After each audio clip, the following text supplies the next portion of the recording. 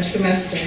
So I found that the more we talk about it, give you extra stuff, and then think about it, and students explain it the way they understand it, that students in fact get much better scores in the next exam.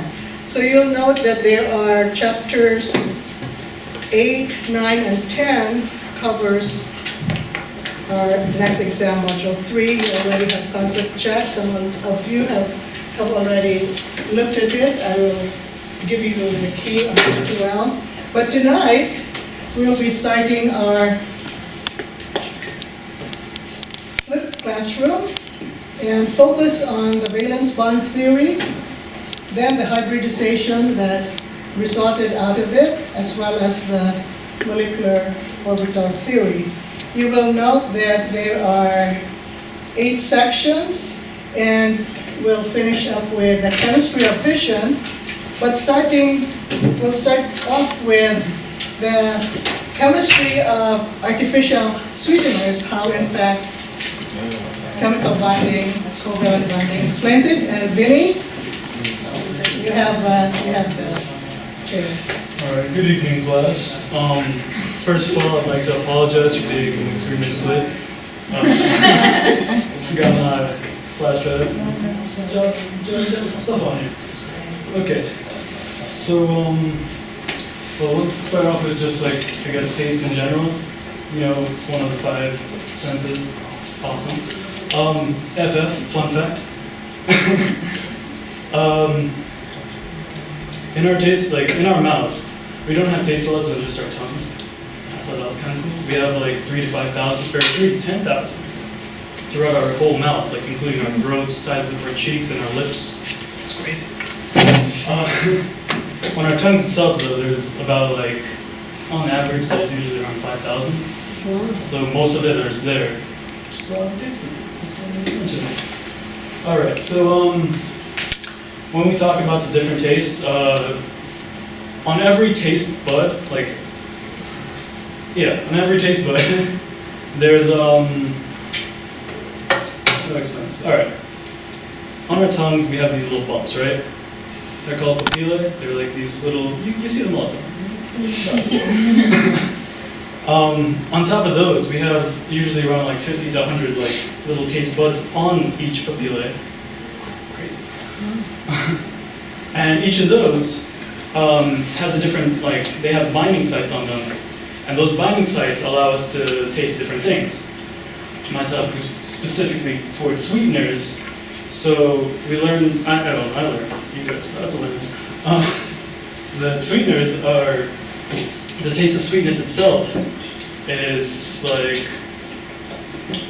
I'm jogging through my head, I'm talking slower than I think. Alright, so sweeteners are strange and like, we have sweetness as like a specific taste because it lets us know that something's like high in energy. Whereas like bitterness, we learned it's less of a taste now, more than it used to be back in the day, because it was a taste for like, in a general sense, poisons, or things that are bad for us. So whenever you taste a bitter, you're like, oh man, I'm gonna die. Let me not swallow this. But we don't need that so much anymore because, well, we don't have people trying to kill us and poisons and stuff as much. So let's go on with the tasting. So back to the sweetness. We have these receptor sites that we need actually 2 on the human body. Every molecule that contributes to sweetness connects to 2 parts of a receptor site. There's 3 tastes that do this, or 3 tastes that use the same, I guess, receptor. These are the G protein. It's a hard word. Yeah, the G protein. Yeah, it's like the G protein receptors. I wish I wrote this more organized. Binding G-coupled receptor cells. So that's the GCPR. Yeah. So could you make a little sketch, perhaps, on how make a schematic? I know you're good at that. There's markers. Thanks, Dana. Just draw a schematic of where the tongue is, and perhaps where the sweetness is. And then where would the GCPOS be located? You're hitting this a lot. Or is that too? It's actually the food molecule, right? So if you had glucose, for example. Well, what I was... No, we'll just let... You're correct, no. Okay, go ahead. All right, because I went more into like specifically artificial sweeteners. Yeah, the fact that sweeteners are actually most of the time more sweeter than sugar itself, which is mind-blowing. So we have like an index scale for sweetness, and sugar, like sucrose, is on the scale of 1, whereas sweeteners usually are on like 180 to 1 ratio with sugar, or up to 600. So for every grain of Splenda, you would need like 600 grains of sugar to equal the same sweetness. Yeah. All right. So now let's go more towards like when we have any kind of molecule that would connect to those receptors, the G protein receptors, and let you taste sweetness, it actually splits the receptor cell like apart. It's a receptor on the cell, and that splits, and it sends a signal to your nerves saying, "Hey, look, this thing's sweet," and you're like, "Yeah, it's sweet." All right. So now with there's 5 tastes total. We recognize umami now. It was made back in like 1908 by this Japanese scientist who discovered like, hey, when I eat, it was seaweed broth. I don't know how you got that, but he was like, hey, when I eat this, it tastes like a thing I don't know. It just tastes good. So they recognize that as the flavor. And if you want to know what umami is, think of like, I know you've all eaten ramen noodles, don't lie to me. You know how these are like aftertaste in your mouth? Well, that aftertaste is because of umami. Umami is basically, it's usually connected with salt, which is why we didn't recognize it for so long. MSG, it's related to that. And glutamates and nucleotides, which are what we're tasting, are related to the taste of umami. So usually MSG is what we relate to umami. And ramen noodles has a little bit of that. All right. On the other hand, we have sweetness. Well, sweetness, umami, and bitter, all on the G protein coupled receptor sites. So G protein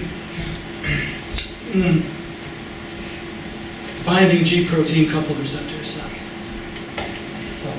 Okay. So salt is related to alkali metals. That makes sense. Sodium, and all the other salts. And sourness. Sourness comes from hydrogen ions. When those enter the cell, it sends receptors to our brain saying, or it sends signals to our brain saying, hey, that's what sourness comes from, hydrogen ions. I bet you didn't know that. I need some effects to the past time. So these receptor cells for sweetness are specifically called T1R2 plus 3 because I guess it's ionic. Yeah. And then the other one's a T1R3. So T1R2 plus 3. Which is like,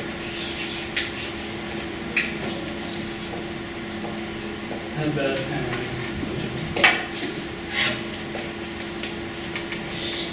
And T1R3 because it's kind of sweet. These are the two that a sweet cell or a sweet molecule needs to bind to for you to even like conceive that something's sweet. And now we're going to go into some artificial sweeteners. First of all, aspartame, which is on there, that's like a really big one. Super commercial. Its ratio is about 180 to 1, which is why I mentioned it earlier. To each, like, I guess, they relate it to processed white sugar. That's usually where the scale comes from, so if I remember. Fun fact, FF, another one. We found it by accident. There was this guy who was trying to treat ulcers, and he spilled some of the thing on it. He spilled some of aspartame on his hand, and he was like, I don't know what was going through his head, but he said, "Hey, let me lick this. Oh, it's really sweet. Weird, I didn't die." So that's how we found aspartame. And then he was like, I could sell this as a sweetener. And he was a scientist, I'm pretty sure he knew what he was doing. He was like, oh, it's not gonna taste. That's why he licked it. So yeah, so that was found in 1965. And if you ever do get aspartame, don't bake it. If you, at high temperatures, it splits into amino acids, and so it then just doesn't become the tasty, delicious sugar anymore, or sugar substitute, rather. Other than that, we have saccharin, which is another really commercial one. Saccharin was one of the first artificial sweeteners we've ever used. That was found in 1979, or 1879, sorry. And we use it in like drinks and stuff, as well as toothpaste. It's a really popular toothpaste. Go figure. It has a bitter taste to it, that's why it can be like hidden in toothpaste to give you like a sweet but like minty flavor. It contributes to it because of that slight bitterness. There was a big controversy over it because it created cancer in rats, but not in us. Like, no, it's been proven that it's in rats, but it's not in us. Unless you like OD on the stuff like every day, it's not going to do anything to you. Not even then. It creates like a small precipitate that blocks their like, urine and causes damage to their bladders and stuff. I read a lot of it. And then we have sucralose, our most popular one, which is Splenda. You all know it. As far as we know, there's nothing bad about Splenda. You can have it. It's not really bad. The biggest controversy over it was not in what it does, but in the name of it, because it says it's created from sugar, so you know it tastes like sugar. So close enough. And yeah, so basically they were like, hey, it's actually a substitute, or like it's a processed version of sucralose and raffinose, which are two different sugars. And since it didn't come from the sugar we normally eat, you can't really say that it's, it comes from sugar, therefore it tastes like sugar. And that was why Splenda's been under bad talks and tried to be sued a lot. Okay, also, Splenda is also probably the least toxic to you because it's insoluble in fats. And only 15% of it that you taste actually goes into your body.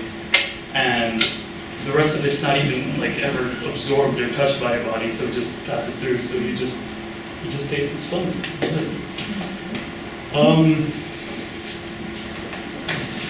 Oh, yeah. So that's about it.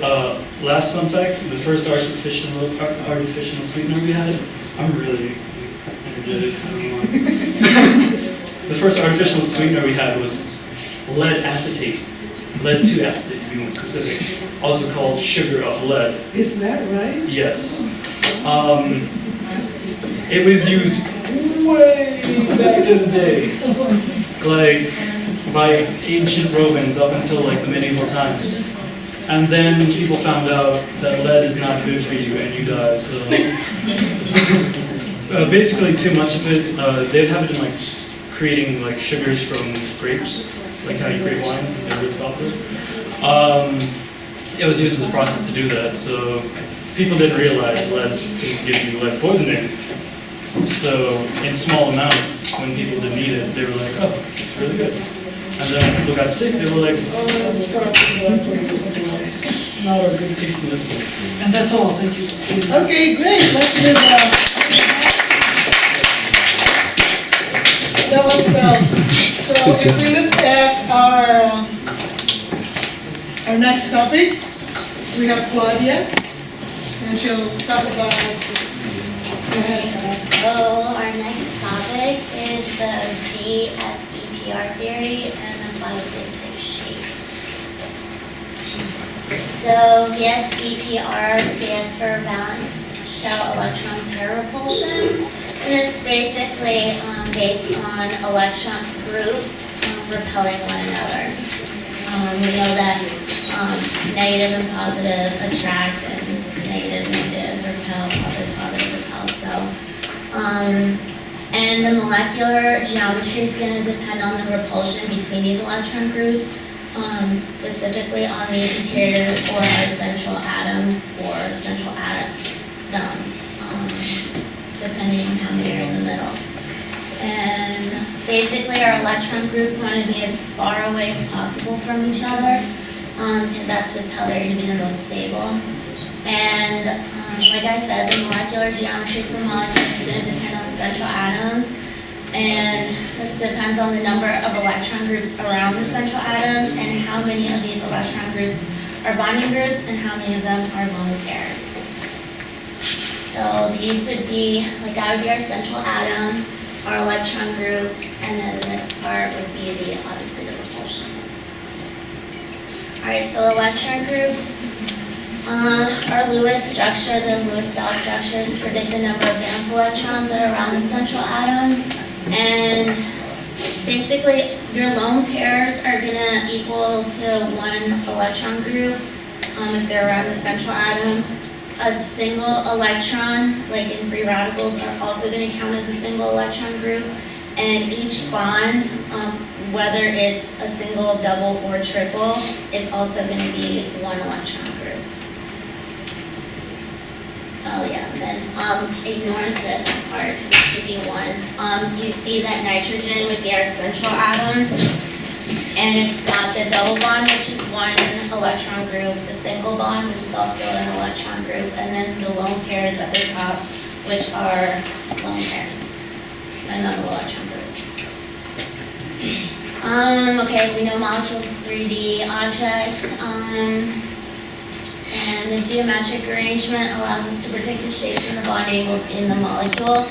There's 5 basic arrangements. And basically it's based on a maximum of 6 bonding electron groups. We know that because in our 3rd period and down, you can have up to 12 electrons, because that's one of the exceptions to the octet rule. And okay, so each of these 5 basic arrangements result in 5 different geometries, and in order for them to be perfect figures, all the electron groups must be bonds and all the bonds must be equivalent. We will see though that doesn't always happen. And yeah, if you have molecules that exhibit resonance, which we learned in the previous chapter, it doesn't matter which one of those resonance groups you use, because the electron geometry is going to be the same. And yep. Okay, so our first one is linear, and this happens when there's 2 electron groups around the central atom. They'll occupy positions on opposite ends, which results in a bond angle of 80 degrees. So 1, 2 around the central atom, and the angle is 180.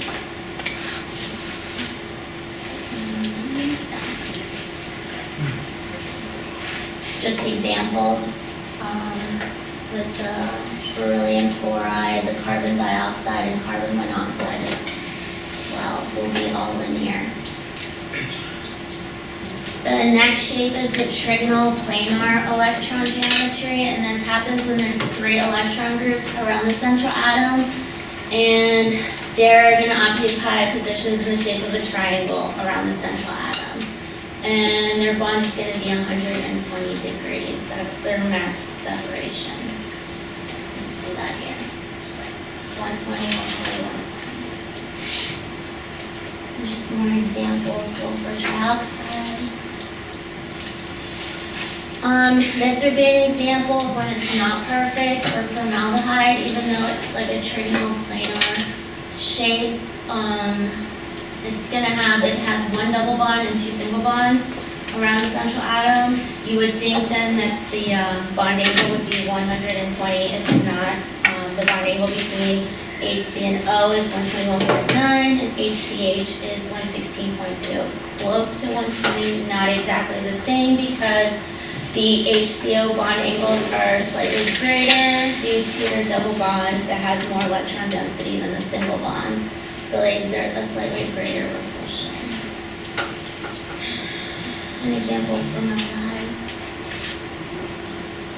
Okay, our next shape is the tetrahedral electron geometry, and this is going to be now 4 electron groups around the central atom, and they're going to be in the shape of a tetrahedron around the central atom, and their bond angle is going to be 109.5. That's an example.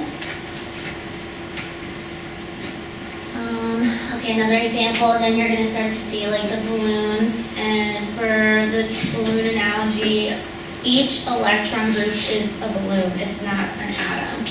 And where they're tied is going to be the central point, and then their bulkiness that separates them is going to be like, you can see that as repulsion. The tetrahedral bipyramidal electron geometry is going to be 5 electron groups around the central atom. And basically it's going to be 3 groups that lie in a single plane, and then there's going to be 1 above and 1 below that plane.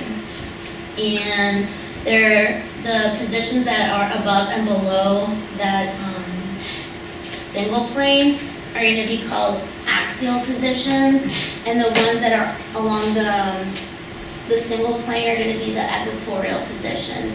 The bond angle between the equatorial positions is going to be 120 degrees, and the bond angle between the axial and equatorial positions is going to be 90. And that's what I was saying, there's that single plane, which is those balloons in the middle, one on top, one on the bottom, the 90 degrees and the 120. More examples of what it looks like. And then we have the octahedral electron geometry. This happens when there's 6 electron groups around the central atom, and they're going to be in the shape of 2 square-based pyramids. They're base to base with the central atom in the center of the shared bases. Basically all the positions are equivalent and their bond angles are all 90 degrees. And here you have the 4, so that's like the square base of the triangle, 1 on top, 1 on the bottom, all 90 degrees. And another. And then this is kind of just a summary. You've got the linear, trigonoplanar, tetrahedral, triagonal, bipyramidal, and octahedral, and their bond angles. And then this is lone pair, so that's the next one we'll talk about.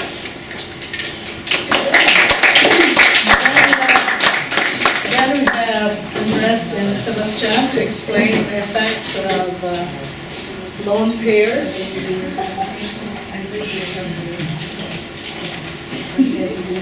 Oh yeah, we're using it for Okay. Is it here? Yeah, we can raise it. Oh, it doesn't work.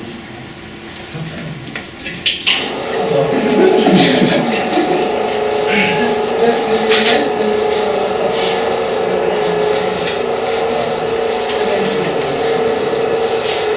So basically our section was on the lone pairs. And first we're going to tell you what it is and then explain to you. Lone pairs are a pair of electrons associated with only one atom. Electron pairs are considered lone pairs if 2 electrons are paired but not used in chemical bonding. A lone pair is sometimes referred as a non-bonding pair. The central nitrogen atom has a 4 electron group, 1 lone pair and 3 lone pairs. Alright, and then the bond angles get progressively smaller as lone pairs on central atom increases. So first we're going to show you the one without any lone pairs, okay? So this would be, say this is a carbon and there's 4 hydrogen around it. So how you find out the lone pairs is... Which is hydrogen, carbon, oh no, CH4. CH4, not, okay, CH4, this would be, you put a C in the middle, Which is your main atom. Uh-huh. and then you count how many valence electrons depending on. Oh yeah, you look at the the periodic table and there's four electrons. And the fourth group is going to be 4 valence electrons around it. So you put 4 dots. You always go around counting 1. If it was 5, you would click right here. You would write it right here. But since there is no pairs here, meaning this is single, single, single, single, there's no lone pairs here. So then it would just split up and be CH4. Oh yeah. Right now. No lone pair. Now one with 1 lone pair. What is Would be ammonia, NH3. NH3? The nitrogen would be in the middle. So nitrogen will be right here. And then the nitrogen is going to have 5 electrons. So it's gonna go 1, 2, 3, 4, 5. So as you can see, we only have one pair right here with 1 lone pair right here. Single, single, single. So that's an example of 1 lone pair. And then the last one that has 2 lone pairs would be H2O. Which is basically the same thing, but it'll give it out right here. So then you're gonna have 2 right here. And then there's also another example where you have to bond the lone pairs, which is a little bit more complicated. Do you want to show them that one? Okay, so for an example would be xenon. So let's say that you put the Xe in the middle, and usually you can only count 4, but xenon's going to have 8. And you can't split anything that has pairs already. So what you do is you're going to split Xe into 5 groups. So you're going to go 1, 2, 3, 4, 5. Can you make the dots No, yeah. bigger? Oh, yeah, 1, 2, 3, Yeah. 4.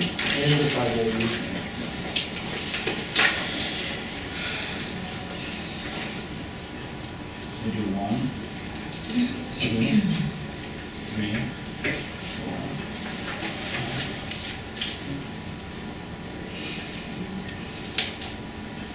So it's going to have 3 lone pairs and 2 non-lone pairs. So basically what's going to happen is then it's going to connect out into F, and it has 6, so it's going to be, 7, so it's going to be perfectly matched like this. The 7th one would be right here, which would connect to the one right here. And the same on the bottom. So you see how they're doing it, right? First we write down the Lewis structure of the central atom, the number of valence electrons, and then the Pair other, it up with the electrons. good job. Alright, that's pretty much it on the lone pairs.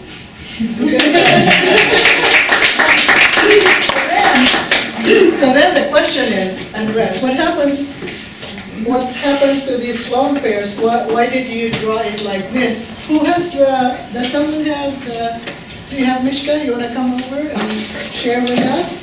So this is a good way to transition between Andres and Sebastian with the molecule that Andres just drew. As a result of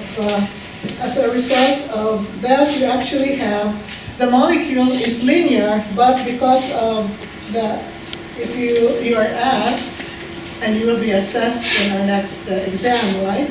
What would be the electron geometry of XeF2? Then you would want to bubble the trigonal, but by pyramidal, because the lone pairs more or less occupy this particular plane on that planar spot, and the 2 foreign molecules are stretched out, as far out and away from each other. So you want to, oh yeah, here it is, right? So there we are. You want to go ahead and do that. So thanks, Miss Krishna. Good job.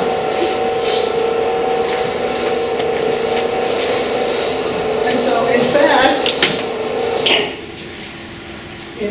that's actually how we want to, the effect of lone pairs. Therefore, guys, you want to summarize it? How do the lone pairs play a role? Well, the lone pairs is basically 2 electrons aren't going to be connecting to anything. The only way you can connect it if it was single. Okay. So take note of the molecular geometry, right? So it will be linear, and then the electron geometry is trigonal planar. It's trigonal because of the 3 lone pairs. Yes, yes. So now we have Amanda, right? Talking about dipoles. You're not ever. Are you going to do? I think I should do it first. And you will note that a lot of the concepts are kind of interrelated and so forth, but still, it's good to understand it in many ways, but we are trying to look at the valence bond theory, the hybridization, and eventually the molecular orbital theory. Yes.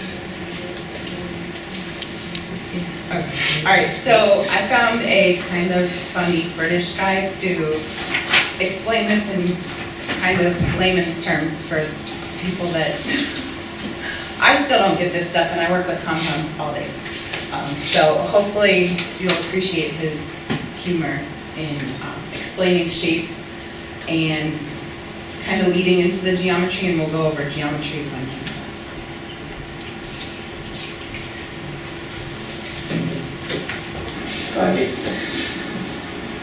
In order to see if a molecule is polar or not, first of all you need to know the geometry of the molecule. Then you need to know about the polarity of each of the bonds within that molecule. And to work out the polarity of the bonds, well, you need to know the difference in electronegativity. So, can you remember which element has the highest electronegativity?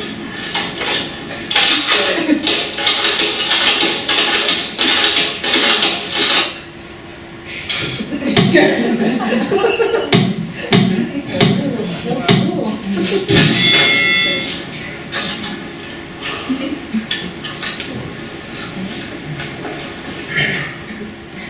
Alright, let's look at the hydrogen chloride molecule. I'll draw out the Lewis structure, just using dots. I notice that the electrons in the covalent bond, well, they're being slightly pulled towards the chlorine.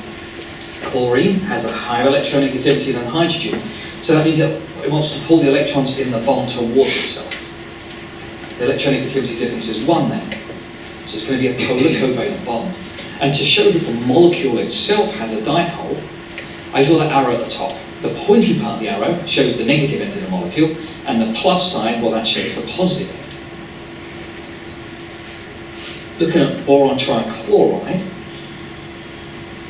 the actual bonds in a trigonal planar molecule do have a polarity about them. Chlorine loves electrons much more than boron, and so the bonds themselves are polar. So if I was to draw out 3 arrows to represent the polarities of those bonds, what you might be able to notice is that they actually cancel each other out. Those 3 bonds polarity arrows cancel each other out. So overall, the molecule is non-polar, even though the bonds themselves are polar. The way you say this in IB is that the molecule is non-polar because the dipoles of the bonds cancel each other out. The dipoles of the bonds cancel each other out. Now see those little 8s that I've drawn that seem incomplete? That means delta, and delta means a little bit. So a little bit negative, a little bit positive. Carbon dioxide. Well, this is a linear molecule, and this again is another one they like to ask about. The actual bonds themselves are polar. The oxygens are negative, the carbon's positive. So the bonds are polar, but the molecule itself, no, those dipoles cancel out from those bonds. One end of the molecule is negative, and so is the other. So it's non-polar. If it was a polar molecule, one end's positive and one end's negative. This isn't the case here. Both ends are negative. It's non-polar. For it to be polar, it has to have different charges at each end of the molecule. Here's one I'm going to try and trick you with. There's water. And this looks like to be an analogous situation to carbon dioxide.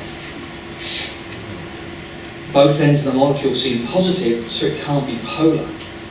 I've tried to trick you. I've drawn it out wrong. Water is not a linear molecule.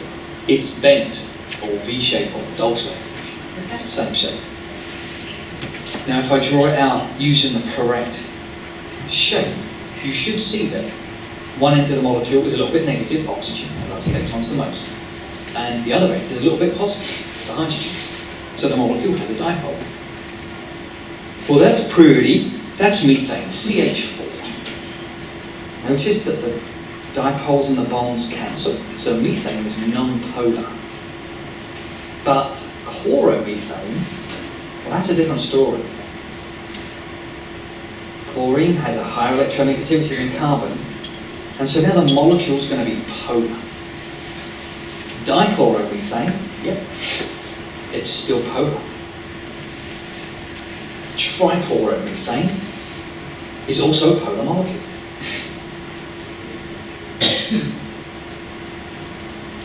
But rather delightfully, tetrachloromethane is not polar, because now the dipoles from the bonds cancel.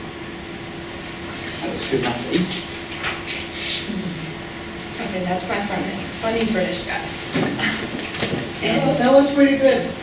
that helped me understand a lot of how we get dipoles and how to understand the ion groupings that make up nonpolar and polar. So that's the tetrahedral. And if you go back to the sheets for me. The original. Thanks. Okay, so as everybody went over before, the basic shapes were on the planar and then, the triagonal planar, which was this but flat, right? Because it has no dimension to it. Once you go beyond how you said the subplanar, you add that extra part that makes it a three-dimensional compound. If you were to say, like, with how the guy in the video went over H2O, H is your central, and then you have the O down here. It's a bent, which makes it a dipole, and it changes the angles of bonds. The book states all the angles for you. I'm not going to try and recite them for you because everybody's looked at them and tried to ignore them like I have. You go to the next one. As she went over in her slides, these are the three-dimensional planes, and who are my lucky people that have steps? Do you want to come up and go over? Do you understand it? You can explain it. Kind of. Okay. I just know a little. I am holding the octahedral. The one that I have here is the sulfide hexafluoride, and it's compounded of 6 electrons, groups, and 1 atom, and it's an 8-sided shape. Do you know which one it is? It's this one right here, right? Octahedral. What was it? Octahedral. This one is right. Yeah, this is the one with the lone pairs that they explain about. Right. So she has the one that is on that height. And who else? Which one do you have? Okay, so where is yours in the geometry? You have he has the two-dimensional on paper model, and hopefully you can find the shape on here for her. Does anybody have any questions on that? Like, which bonds help to determine the shape or the geometry of it?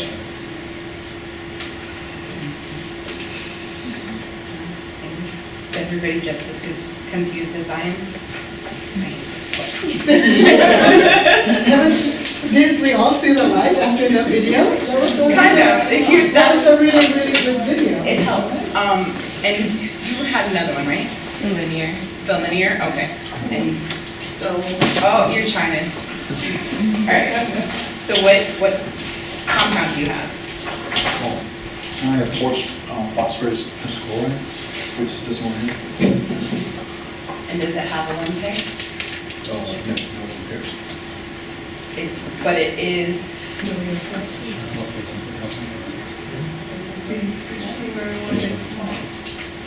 Is that from it? Yeah. Yeah. It's that one at the top. Okay. So you're pyramidal?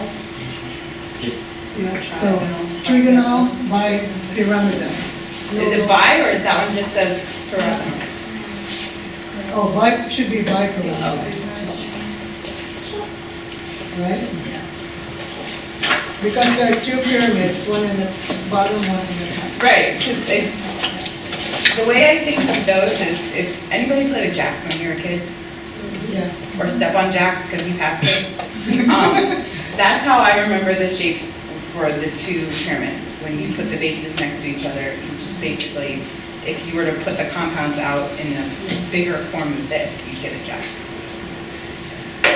Great, and we have Daniela next, right? That will, you will note, class, that we're slowly going up to a higher level each time, right? And hopefully you've gotten the foundations. How do you write a Lewis? We need to write a Lewis structure, so go ahead, Daniela. Alright, so I'm going to be covering section 10.6 on the valence bond theory, orbital overlap as a chemical bond. Okay, valence bond theory is an advanced model of chemical bonding in which electrons reside in quantum mechanical orbitals localized on individual atoms. In many cases, these orbitals are simply the standard s, p, d, and f atomic orbitals. In other cases, these orbitals are hybridized atomic orbitals, which are a kind of blend or combination of two or more standard atomic orbitals. And here's just a little review from what we learned in chapter 7, for those of you who can't recall the shapes. We have the s, p, d, and f, which are all the standard orbital shapes. If you remember, the s is the sphere, and the p is the dumbbell shape, and so on. Okay, in order for a bond to form between two atoms, you have to have two half-filled atomic orbitals overlap, or less commonly, the overlap of a completely filled orbital with an empty orbital. In order for a covalent bond to form between two atoms, the overlap must occur between the orbitals containing the valence electrons. There are two electrons of opposite spin in the orbital overlap, and the greater the overlap, the stronger or more stable the bond is. And then the total number of electrons in both orbitals is no more than 2. The best overlap will occur when two orbitals are allowed to meet head-on in a straight line. And when this occurs, the atomic orbitals merge to form a single bonding orbital, and a single bond is formed, which is called a sigma bond. The shape of the molecule is determined by the geometry of the overlapping orbitals, and for orbitals other than the s orbital, you get a direction to the bond, which you'll see in the illustration. Okay, so here we have two hydrogen atoms coming together, and all the way at this left one, where you see the middle section, that's where the overlap region is. And the picture in the middle is just an enlarged version of the first picture. You have your two hydrogen atoms, which are both 1s orbitals. And when they come together, in the middle you have your overlap, and the arrows indicate the opposite spins that I was talking about in the previous slide. And when the two hydrogen atoms come together, you get hydrogen H2. All right, here we have a hydrogen atom, which is, of course, the 1s orbital, and then a fluoride, which is a 2p orbital. When they come together, if you look at the blue and green image to the right, you still see the opposite spins in the overlap region, but since 2p is not an s orbital, you get the direction to the bond, which the x and y arrows indicate right there. And then at the bottom, you have two fluoride atoms coming together. They're both 2p orbitals. And when they combine, you see once again the opposing spins in the overlapping region in the middle. And then since they're not s orbitals, you get the direction to the bond. Here we just have a graph showing that the interaction energy is usually calculated as a function of the internuclear distance between the two bonding atoms. In this example, you see the calculated interaction between two hydrogen atoms as a function of the distance between them.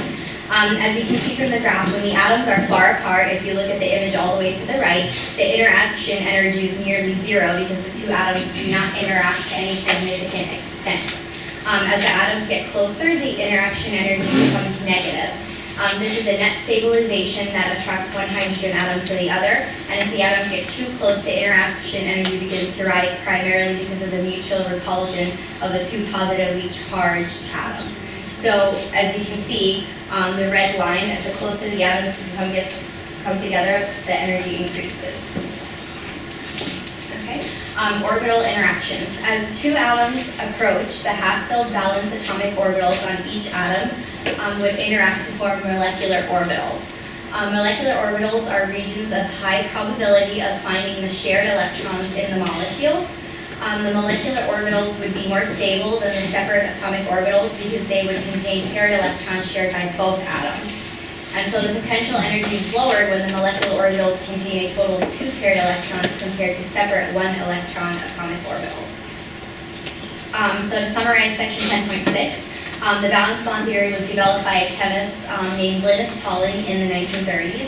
He proposed that a covalent bond forms when 2 half-filled valence orbitals from 2 atoms overlap. The 2 overlapping orbitals become 1 new bonding orbital in which the electrons become spin paired. A bonding orbital is a volume of space between 2 atomic nuclei in which there is a high probability of finding the electrons involved in the bond. The kind of interaction depends on whether the orbitals align along the axis between the nuclei or outside the axis. And the geometry of the overlapping orbitals determines the shape of the molecule. Okay, moving on to 10.7. I'm going to try to go through this slide. I wasn't prepared to do this, but I'm going to do my best. Okay, so section 10.7 still covers the valence bond theory, but it's going into the orbital hybridization. Covalent bonding using electron configuration diagrams and valence bond theory. You have 2 half-filled valence orbitals from 2 atoms overlap to 1 new bonding. So that's just an example. And then, okay. No, that's fine. Oh. Yeah, there you go, stay in this one. Okay, so here you have 2 hydrogen atoms and an oxygen atom, and the image to the right shows what happens once they hybridize. How can valence bond theory explain carbon's valence of 4?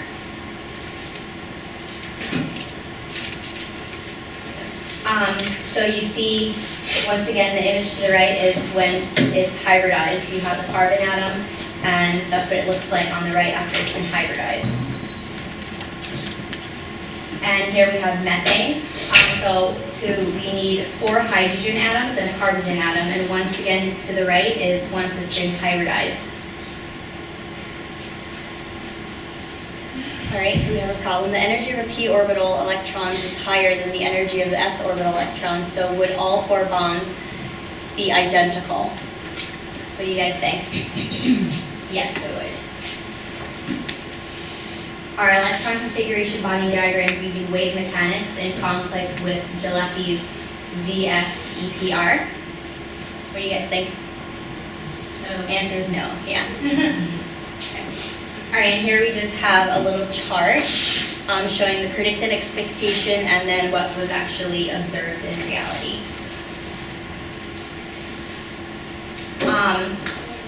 Pauling's valence bond theory has to be adapted or modified to explain the observed properties of real molecules.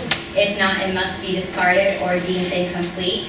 And he actually won the Nobel Prize in 1954.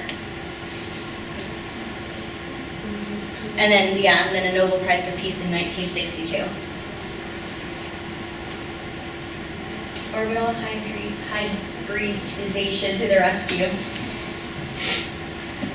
Okay, and here's another example, how we can get to equal bond lengths, strength, and angles. And that's just an example showing. Alright, Pauling proposed that when bonding, the pure atomic orbitals of the central atom are replaced with new hybrid orbitals. For example, an s orbital and p orbitals are reconfigured into what are called sp hybrid orbitals.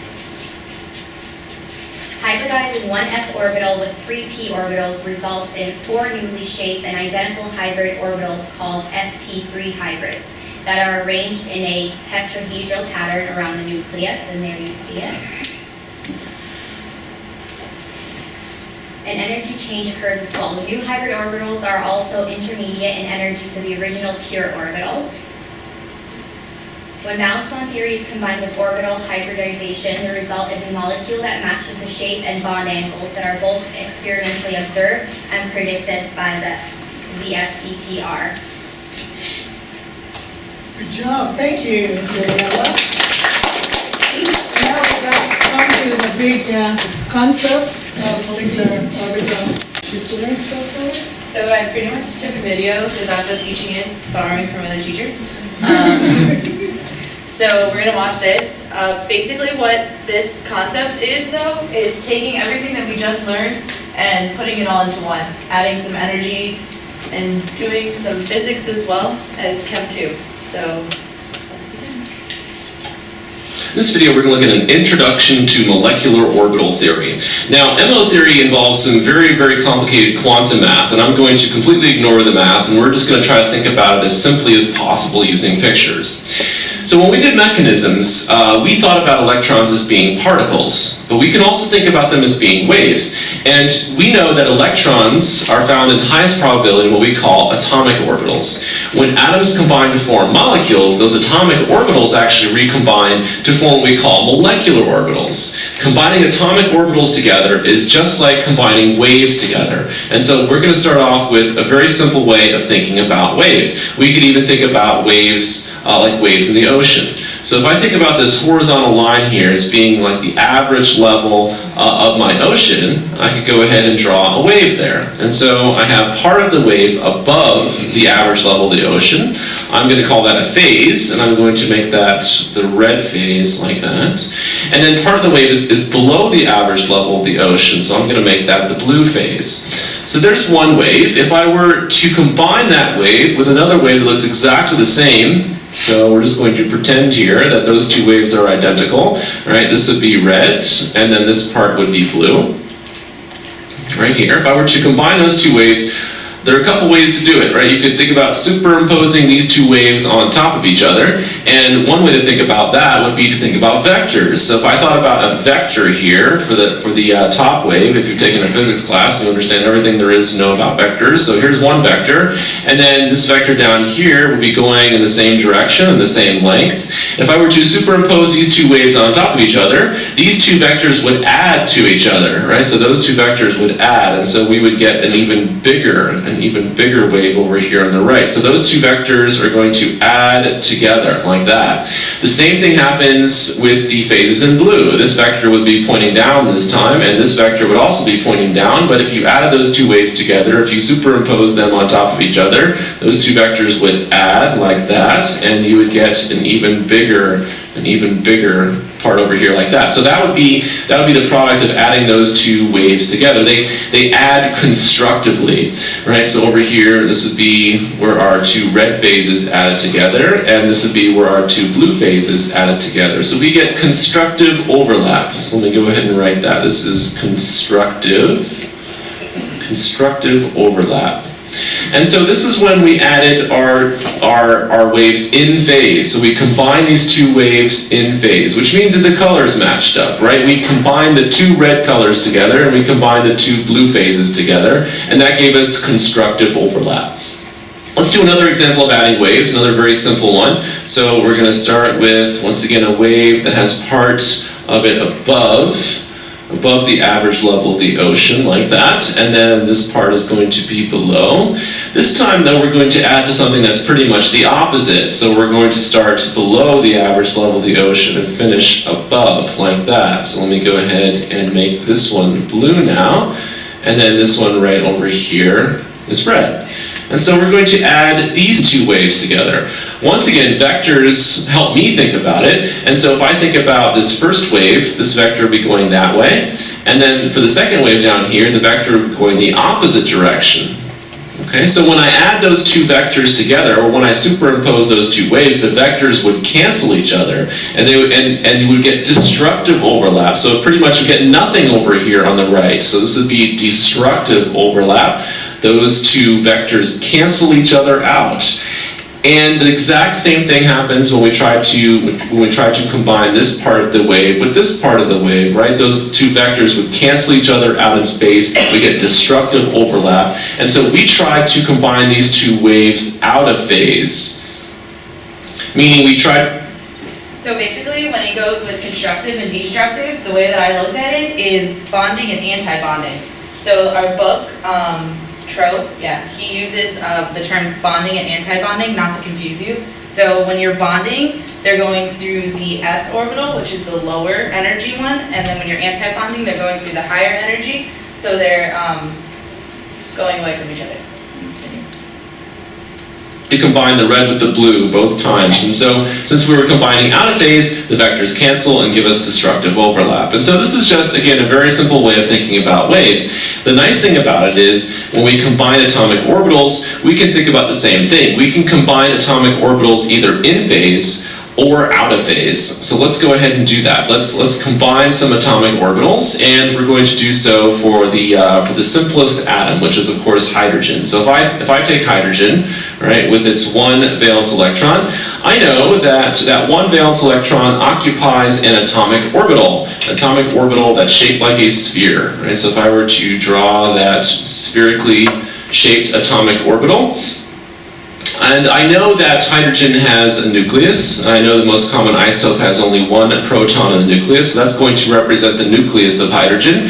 And then the sphere around it is the atomic orbital of hydrogen, like that. So I'm going to combine that hydrogen atom with another hydrogen atom. So once again, I'm going to think about a nucleus for the hydrogen atom, and then that one valence electron occupies an s orbital, which is shaped like a sphere. All right, let's go ahead and draw this again down here. So I'm going to have the nucleus, and I'm going to have the s orbital. So I'm going to do the same thing over here, like that.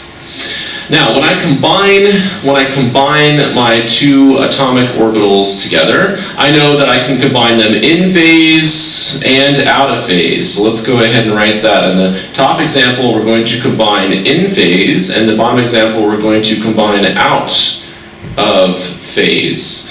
So let's go ahead and put some colors on here. So if I'm going to combine the first two atomic orbitals in phase, I need to make them the same color. So I'm going to make these guys both red, like that. So they're going to combine in phase. And then down here, I'm going to combine out of phase. So I'm going to use different colors. So this is going to be red, and then this one is going to be blue, like that.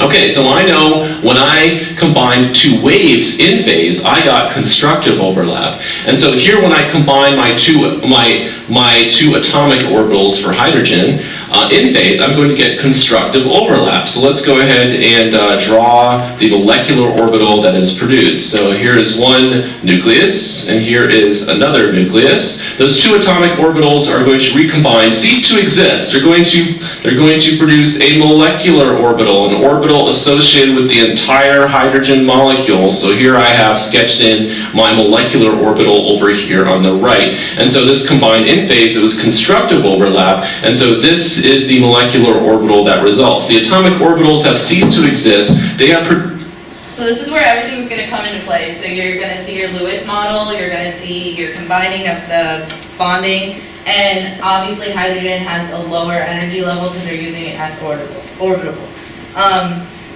That's enough with this guy because he's kind of a little boring. He does some great pictures. If you want to continue this though, I'm sure we can give it to the professor and she can put it up for us. Another big thing on 10.8 though with this combining is we're going to need to know bond order. And that's going to be your number of electrons with bonding and your number minus your number of electrons with anti-bonding over or divided by 2.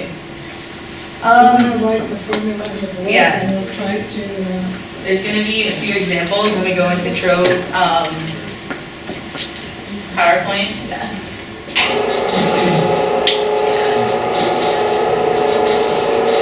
This is a pretty hefty section.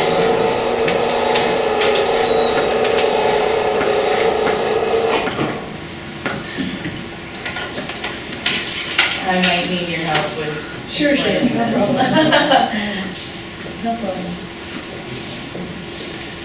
What you need for the exam is something much less simpler. Oh yeah? Yes. Wow. That's, yeah, like I said, this is super chem too. So, it's gonna be, I'll write it over here. It's the number of electrons.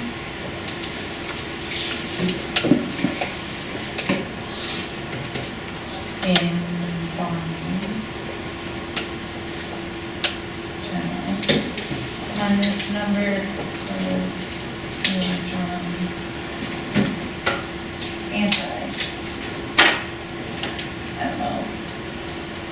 over.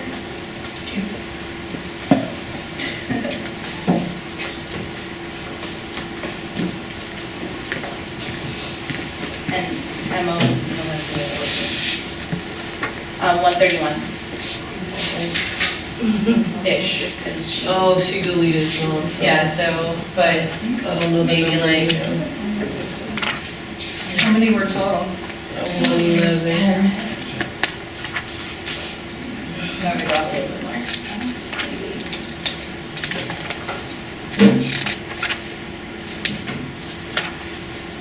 Yeah, I mean, this is basically where you're going with anti-bonding and bonding. Like I said, it's gonna go into pi asterisk p orbitals, but I'm not quite sure if we need all that for our test. So I might have gone a little bit deeper than I was supposed to, thank God. So if you wanna take over this and explain it, because I'm gonna explain it with p and s orbitals. And it's gonna be super confusing because I'm confused myself. Oh, I think some of you, I think I'm gonna call on Reed, right? You understand this, or Claudia understands this? To Reed, or you're not going to, who is game to explain this? So, when you say bond order, what's the purpose of actually finding out the bond order of a molecule, whether that molecule, if it's going to be zero, that molecule doesn't actually really exist. So we can try it out, right? So let's see if we can find the bond order for, are there some examples given? Okay, so if we know that H2 exists, right? Does helium-2 exist, do you think?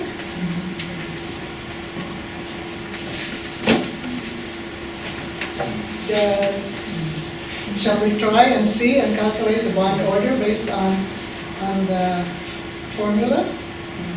Okay, so the bond order would be the number of electrons, bonding electrons. How many for helium that be involved if we want to see if helium is He2 exists, yeah.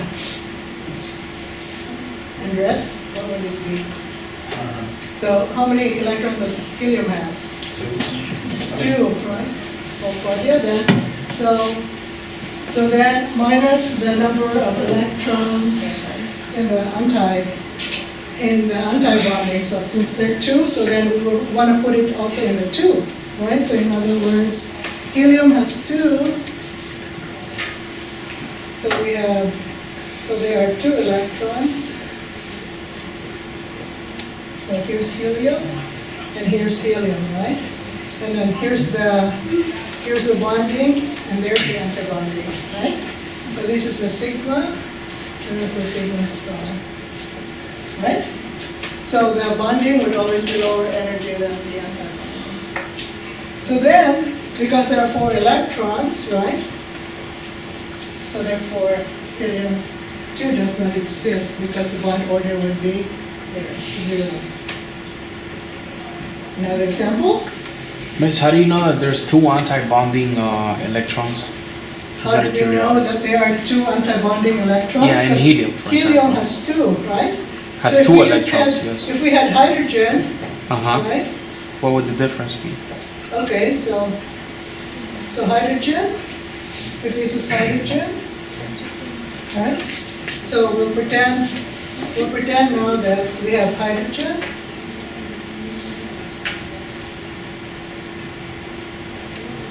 So hydrogen has 1 electron, hydrogen has another electron, and where do we put them? What's the law?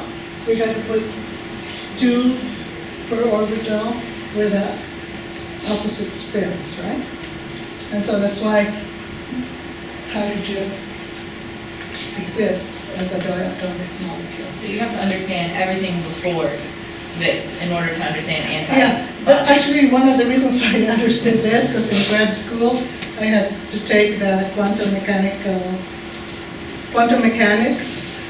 course in the physics department to really fully understand the concept of the quantum mechanical atom. So our chapter 7, it deals with it a little bit superficially, and it's really hard to imagine it, right?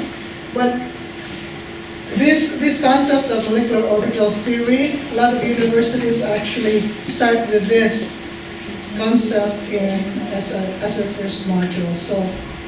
So for your assessment, at least understand that the valence bond theory, we first assign Lewis structures, and then assign the electrons to the other hetero atoms. So Lewis electrons assign the electrons to the central atom, then draw the Lewis structure, and then take note of the bonding, non-bonding pairs, and then go from there. Can you give an example For which one? for molecular orbits and stuff? But Yeah, say it's like a so some- cation or an anion. With a cation or an anion. Some examples I think we had, right? Take a quick look at. I think, is this the one here? This particular one, right?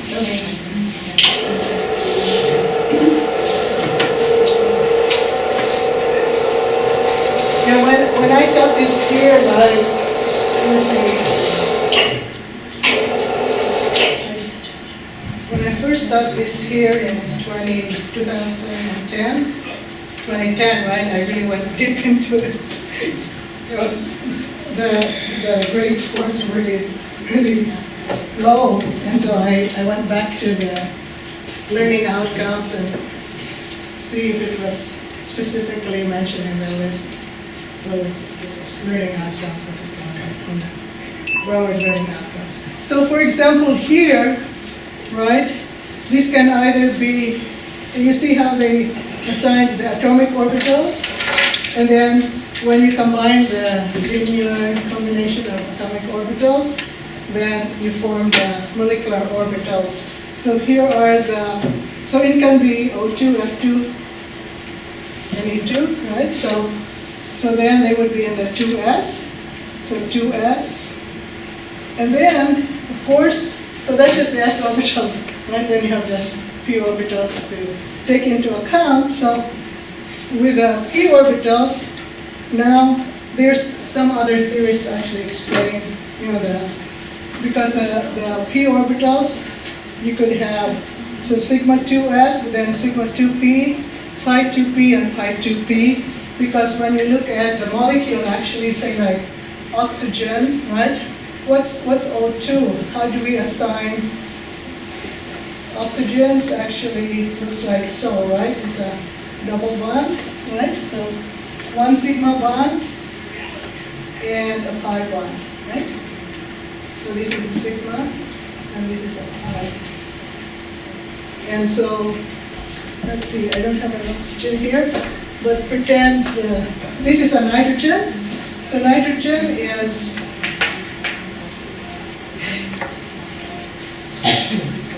so 1 sigma and 2 pi. And so you know that the more bonds they are, the shorter they are, the stronger, the more overlap they are.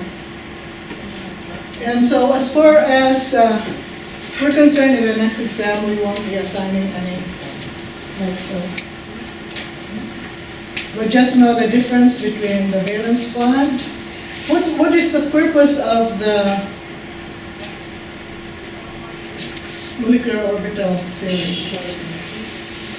Okay, but one of the main reasons was it could not explain the magnetic properties of oxygen, the valence bond theory, but the molecular orbital theory. So that's one of the reasons why they had to look for another theory to explain what you find in the lab, right? Normally you come up with a theory, but if it doesn't fit with what you get in the lab, then you have to modify or add another theory. Not to conclude tonight, because vision is so important to us, and Tro included the chemistry of vision, So Latoya will finish off with the chemistry of vision, okay? Okay. Are you guys ready for the quiz?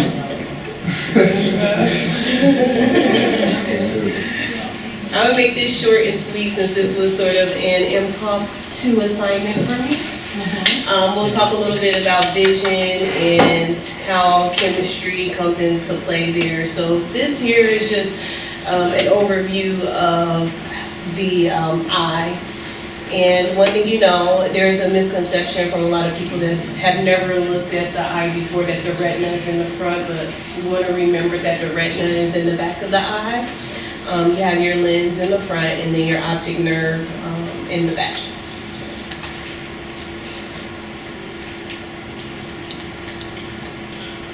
I'm going to do it this way because I don't know when they pop up. So with the eye, in order for us to see light and dark, we have two types of photoreceptors. You have your rods and your cones. Your rods allow you to see black and white, and your cones allow you to see color. Oops. Did I do that? Okay. So basically what this slide is showing is sort of like how the neurons work when you start to see light. So your vision is kind of resting at this negative 20 millivolts, and when the light comes on, you see the graph goes down. And that is a little intense, so we'll skip that one. But here's a good one. So basically the chemistry behind our vision is this thing called retinal. And basically retinal is what allows us to see. So we have something called cis that allows us to see dark, and trans that is light. So the reason why vitamin A is so important to our vision is because vitamin A has basically the same chemical makeup as the retinal. And we have 4 types of opsin, so we have 3 types of cones and 1 type of rod. And basically this is the nitty-gritty of the chemistry. The big difference between cis and retinal, which is our dark versus our light, you see up in the right-hand corner the red. You see your hydrogens, you have one going up and you have your double bond, and then you have a hydrogen to the side. But when you come down to light, you see the second hydrogen faces downward. So that's the biggest difference between the chemistry, dark and light, cis and trans. So if you didn't learn anything, you know cis is dark, trans is light. And vitamin A is important because it has the same chemical makeup as retinal, and retinal is what allows us to see.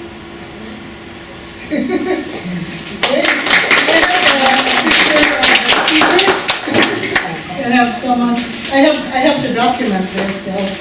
Put them on Facebook. Instagram.